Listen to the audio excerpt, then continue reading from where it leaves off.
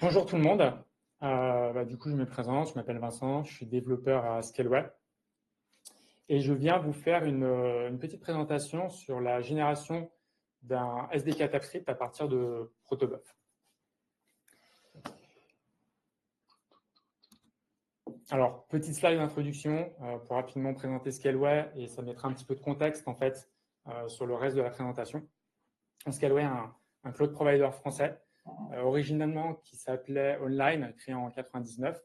Et grosso modo, on aide les développeurs et les business à créer, déployer et scaler sur le cloud.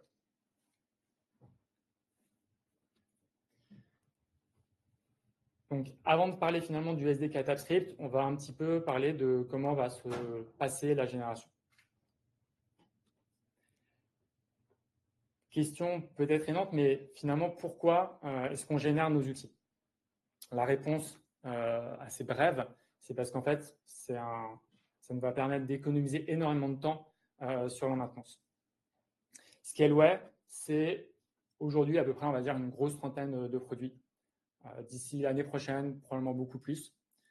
Tous ces produits, ça se caractérise par quelques milliers de méthodes API. Donc, par méthode API, j'entends une méthode, par exemple, pour créer un produit, mettre à jour le produit, supprimer le produit.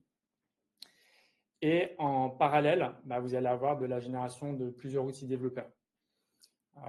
Donc, je vais vite fait les présenter après, mais grosso modo, on va avoir des SDK comme le SDK TypeScript, on a du Go, on a bientôt du Python, on va avoir de la génération d'OpenAPI, on écrit aussi manuellement des outils, par exemple tout ce qui est infra as code avec Terraform, et tout ça, ça prend du temps. Oups. On va. D'accord. Ouais, on est bon. Non, il y a on va refaire Diaporama. Voilà. Et du coup, pour représenter tous ces produits, on a décidé d'utiliser une source principale de trust, j'oublie le terme, de confiance, de vérité. Cette source de vérité, en fait, elle va nous permettre d'avoir plusieurs avantages. Grosso modo, ça permet d'avoir de la cohérence sur toutes les API. Qui dit des dizaines d'API dit aussi des dizaines d'équipes. Du coup, des dizaines, peut-être des centaines de développeurs qui n'ont pas les mêmes pratiques. Et quand il va falloir finalement mettre cette API de manière publique, on veut avoir une cohérence, une harmonisation.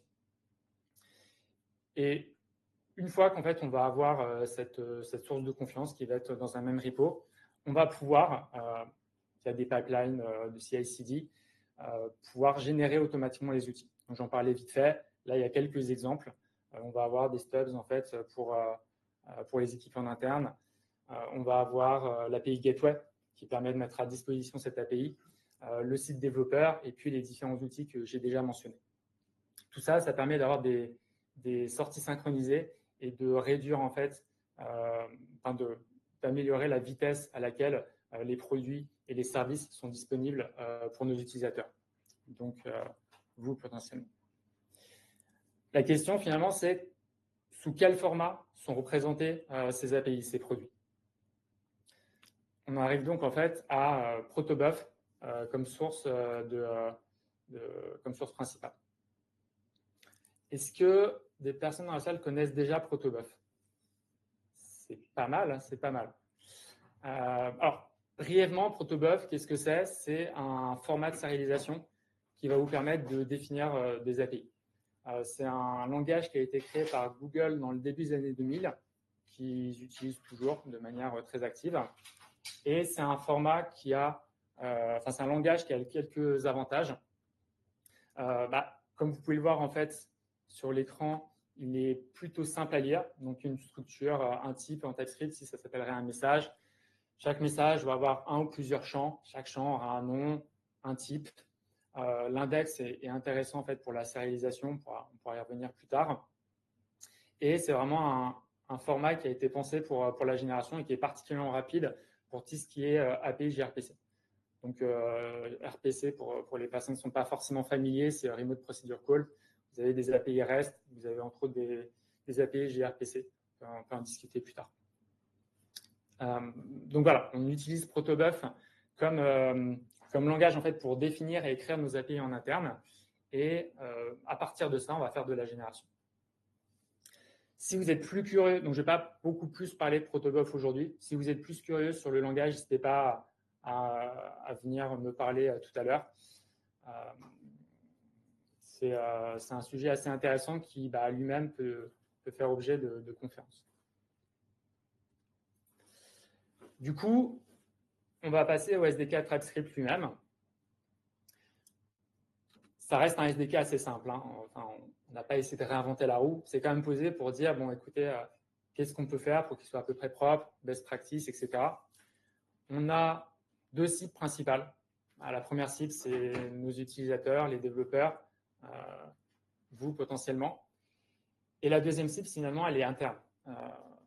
On a notre console, qui est en fait notre site web qui permet d'interagir avec les produits, créer un produit, mettre à jour le produit, etc.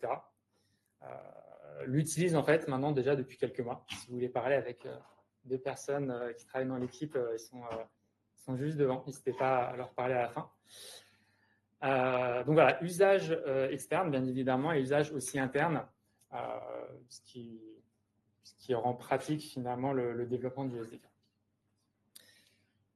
Donc les sources sont disponibles sur GitHub. On n'en a pas encore fait la promotion extensive, mais si vous voulez aller lire le code, jeter un œil, faire des suggestions, n'hésitez pas, c'est open source. Donc quelques specs principales rapidement. Bon, il est typé, normal, TypeScript. On a essayé vraiment d'avoir le moins de dépendance possible. On a aujourd'hui cross-fetch, parce qu'on essaie de faire Node et browser, un serveur browser. On va très probablement l'enlever dès qu'on passera à Node 18, très probablement. Et on a aussi rajouté quelques zippers. Donc, vous allez avoir pour chaque en fait, API, pour chaque produit, vous allez avoir toutes les méthodes à disposition. Et en plus de ça, on s'est dit, bon, s'il y a un peu de pagination à faire, autant rajouter quelques utilitaires pour simplifier la vie du dev. Et on a aussi tout ce qu'on va appeler méthode d'attente des waiters pour dire, par exemple, on crée, je ne sais pas, un serveur qui va arriver dans 30 secondes, mais il y a un temps, par exemple, de boot. Et donc, vous allez avoir une petite méthode pour dire, OK, j'attends que ce serveur soit disponible avant de pouvoir continuer l'exécution de mon script. Du coup, le concept principal, c'est qu'on a un client avec toute la logique commune. Ce client, on l'a écrit à la main, on ne l'a pas généré. Et ce client va être réutilisé pour toutes les API qui, là, pour le coup, vont être générées. Donc, on va générer des API pour tout ce qui est instance, stockage, database, etc. Et toutes ces API vont appeler, en fait, le client principal. Donc, c'est à peu près tout pour dire les specs générales du SDK. Si vous avez des questions plus tard, n'hésitez pas. Je me suis dit que ça pouvait être intéressant de partager quelques aspects qui ont été un petit peu difficiles lors de la génération, ou plutôt qui ont demandé des itérations successives et qui n'ont pas été directement résolus. Donc, je vous en partage deux. Il y en a plus, mais bon, pour des questions de temps, j'ai pris ce que je trouvais le plus intéressant. Parler rapidement de marshalling et de marshalling. En fait, c'est un nom similaire pour tout ce qui est sérialisation, désérialisation. Je vous ai mis un petit payload JSON que j'ai inventé pour schématiser mon explication. Pour contexte, je me suis mis à Tasserie il n'y a pas si longtemps que ça. Et avant ça, je faisais pas mal de langages compilés, typés. Et quand je suis arrivé sur la partie désérialisation, je me suis dit, bon, OK, on va prendre le payload JSON, on va vérifier que c'est bien un JSON. Après, on va prendre chaque champ, on va vérifier que le champ existe, type, etc., etc. Et donc, je partais sur, finalement, créer une méthode pour chaque entité à désérialiser. Et ça allait faire un petit peu de code à générer. Des collègues m'ont dit, non, mais attends, Vincent, pour le moment, on peut faire beaucoup plus simple. Pourquoi est-ce que tu ne fais pas une méthode générique qui prend en input le JSON, en output, ça te ressort l'objet. Pour les clés en fait qui sont reçues en snake case, on fait une petite méthode de snake case to camel case et puis voilà, c'est réglé. Sauf qu'en pratique, vous avez de plus en plus de cas particuliers. Bon, vous avez le case type dont on vient de parler, qui, in fine, en fait, est plus compliqué que ça, mais on va en parler à la fin. Vous allez avoir des types. Bon, la plupart des types, on utilise les types scalaires, string, number, etc. Mais par contre, pour les dates, plutôt que de vous laisser une string ISO, on se dit, tiens, on va juste faire un new date, ça va faire le taf. C'est quand même agréable d'avoir en TypeScript un date plutôt qu'un string. Donc, rien que pour ça, il va falloir indiquer à votre méthode générique la liste des champs qu'il faut parser en date. Donc déjà, ça, c'est une condition supplémentaire. Après, vous allez avoir en plus de la profondeur. Comme vous pouvez le voir, par exemple, sur l'écran, là, j'ai pris un truc de ciel avec des nuages.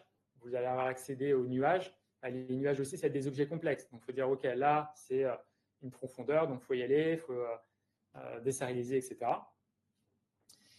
Et il y a certaines clés, en fait, que vous n'avez pas envie d'avoir, vous ne les souhaitez pas désérialiser. Par exemple, des variables d'environnement. Si vous avez un produit serverless, function, container, whatever, vous avez des variables d'environnement, vous n'avez pas envie que votre SDK commence à modifier les clés et les valeurs de ces variables d'environnement.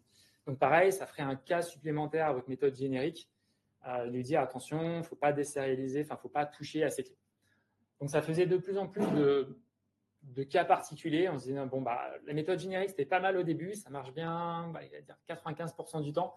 Et en fait, en pratique, pour être vraiment carré et propre, c'était pas possible. Du coup, il y avait à peu près 3 options. Il y avait cette approche générique qu'on a fini par mettre de côté. Et après, grosso modo, il y avait une approche pour désérialiser avec une méthode, c'est-à-dire vous avez une méthode pour une autre, pour une entité. Et sinon, il y avait la possibilité de créer un objet TypeScript avec des spécifications pour le faire. Là, pour cette V1, on est parti sur des méthodes, mais en pratique, il y a plein de manières de faire. Autre point que j'ai trouvé intéressant, qui là va être un peu plus sur la DX développeur quand il va se mettre à coder, c'est sur ce qu'on appelle les one-off protobufs.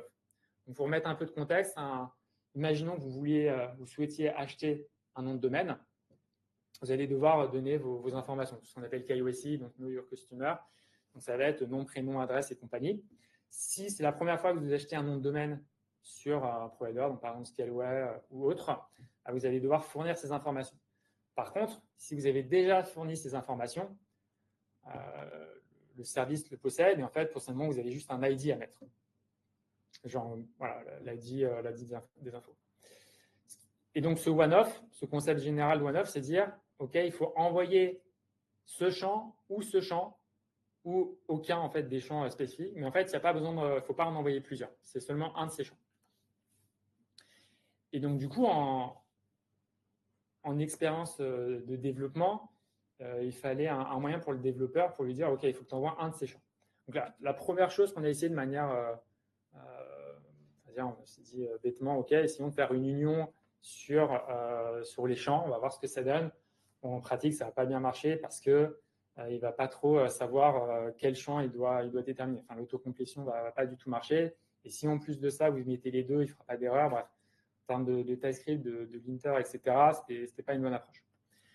L'approche, finalement, sur laquelle on est parti actuellement, qui n'est pas idéale, mais bon, elle fait le taf, c'est de mettre les champs en optionnel, c'est-à-dire vous mettez tout en optionnel et après, dans la documentation, vous indiquez, bon, écoutez, il faut mettre au moins un de ces champs.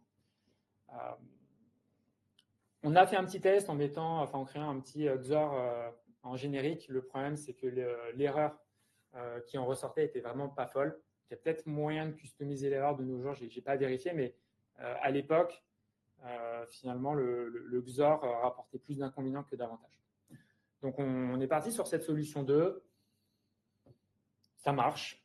Une autre approche qu'on avait aussi investiguée et que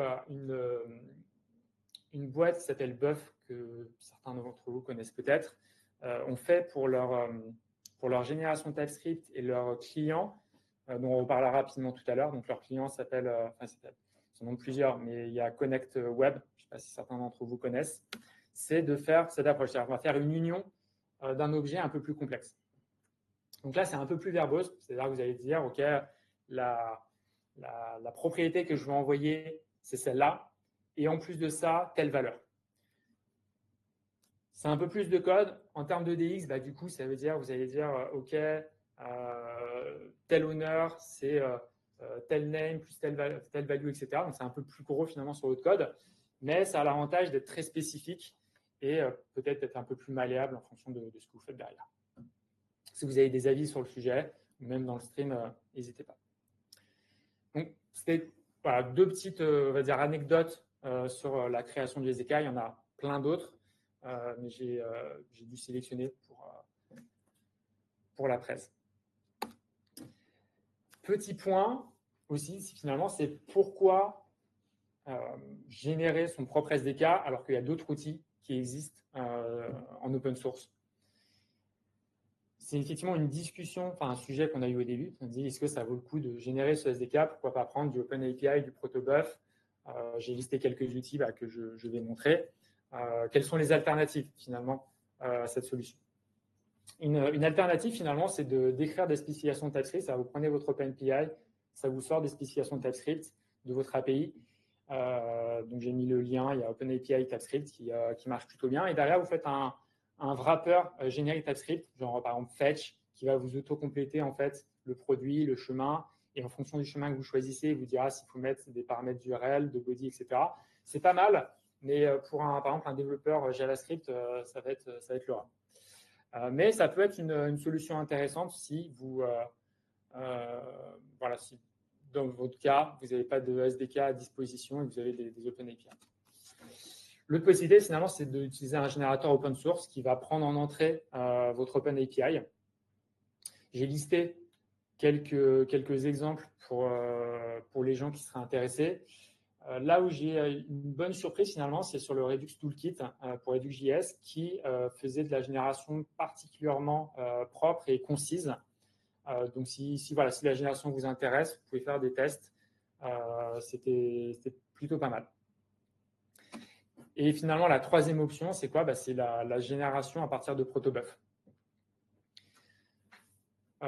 Pareil, j'ai mis quelques exemples. Il y a gRPC Web qui est particulièrement connu. Et en fait, comme je viens de le mentionner, donc ça, c'était en 2021, c'était l'année dernière. Et depuis, il y a le projet Connect Web de l'équipe Buff qui, du coup, a vraiment été pensé pour TypeScript, ce qui n'est pas à la base vraiment de gRPC Web. Donc, en fait, le code généré est vraiment propre.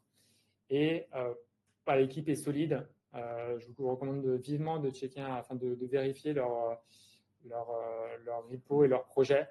De même, leur stack est vraiment accueillant.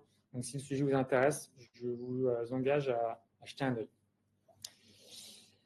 Et du coup, pourquoi finalement on a choisi de le faire nous-mêmes? J'ai remis une comparaison que j'ai fait rapidement la dernière fois. Bon, elle est assez approximative. On pourrait débattre de certains points. Mais l'idée, c'était de dire, bon, la génération automatique avec un OpenAPI, ça fait un code assez massif. En plus de ça, on va avoir des dizaines d'API. On n'aura pas de factorisation sur ces API via ces outils, difficilement. Donc, on va plutôt le faire nous-mêmes. Par contre, l'inconvénient majeur, c'est pour l'entretenir, on doit le faire nous-mêmes. Pour l'instant, nos plugins de génération ne sont pas en open source, peut-être à l'occasion. Et en plus de ça, il y a le coût de développement initial qui demande un petit peu de temps. Du coup, rapide démo, je vais vous montrer comment se passe la génération. Bon, ça va aller assez vite. Alors, du coup, j'ai déjà préparé un projet avec les produits qui sont disponibles en open source sur GitHub. Donc, il n'y a pas de trucs particuliers à découvrir. Pour la génération, il y a la commande Buff Generate. Donc, Buff est un outil en ligne de commande. Et pour le moment, on a toute la partie clean, formatting du code, etc., qui se fait à côté. Notre générateur, il va être en Go. On n'a pas trouvé moyen de facilement l'intégrer pendant la génération. Donc, on l'a mis à côté. Là, la génération est déjà terminée. Ça a pris moins d'une seconde. Par contre, la partie clean, elle est un peu plus lente. Elle est en JavaScript. Là, actuellement, il doit y avoir une dizaine de produits générés. Mais du coup, ça vous donne une idée de la rapidité à laquelle on va pouvoir redéployer les produits une fois qu'il y a une modification sur notre source de vérité qui va être Protobuf. On va avoir le repo Protobuf Et puis, dès qu'il va y avoir un commit sur master, paf, on va déployer tout ça sur les outils. Et grosso modo, le déploiement, on va le faire sous forme de merge request sur les repos. Comme ça peut être vérifié par les gens, challengé. Il y a la CI qui tourne et ça assure un minimum de qualité pour le projet. Je vais vous montrer vite fait à quoi ressemble le code général, parce qu'effectivement, vous n'avez pas vu beaucoup de code pour le moment. Hop.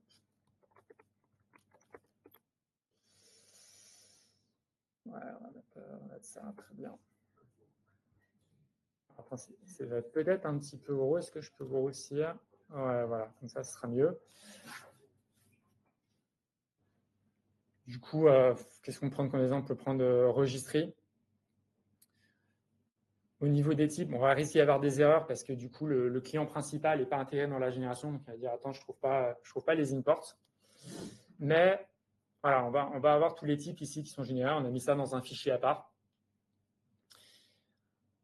On va avoir tout ce qui est méthode de sérialisation, désérialisation juste à côté. Donc, pour l'instant, on fait un petit peu en mode le type va forcément être bon. On fait un petit peu d'unmarching du coup pour les types custom. Et pour toute la partie des méthodes, on va du coup générer une classe par service. Un produit, une API peut avoir plusieurs services. Par exemple, si vous avez le service principal et vous avez de la zone qui permet du coup de... Bon, je ne vais pas trop rentrer dans les détails, mais théoriquement, vous pouvez avoir plusieurs classes du coup qui seront générées pour TypeScript. Et à quoi va ressembler une méthode? Qu'est-ce qu'on peut prendre? On peut prendre par exemple getNamespace qui va être assez simple. On va avoir le client principal qui vient du... c'est le client principal. Avec finalement ce que vous auriez mis dans une requête curl. Donc la méthode, le chemin, les paramètres, etc. On fait quelques vérifications en plus. On va avoir des petits utilitaires comme par exemple mettre un nom par défaut si c'est la création d'une entité et que vous ne voulez pas de nom. On va faire de la génération pour vous tout seul. On va faire des petits checks directement pour vérifier que vous avez bien mis les paramètres adéquats, etc. Dernière chose, du coup, on peut aussi rapidement regarder le nombre de lignes qui ont été générées. Alors, ça va se passer comment on va faire. Ça devrait marcher comme ça. Donc là, on a à peu près 44 000 lignes qui ont été générées. Bon, alors, il faut prendre en compte les commentaires, les espaces, etc., bien évidemment. Mais du coup, c'est autant de lignes qu'on n'a pas besoin de mettre à jour manuellement à chaque fois qu'il y a une modification sur le produit. Voilà. Est-ce que j'ai autre chose sur la démo? Non. C'est tout. Donc, si vous avez des questions, écoutez, ça sera avec plaisir.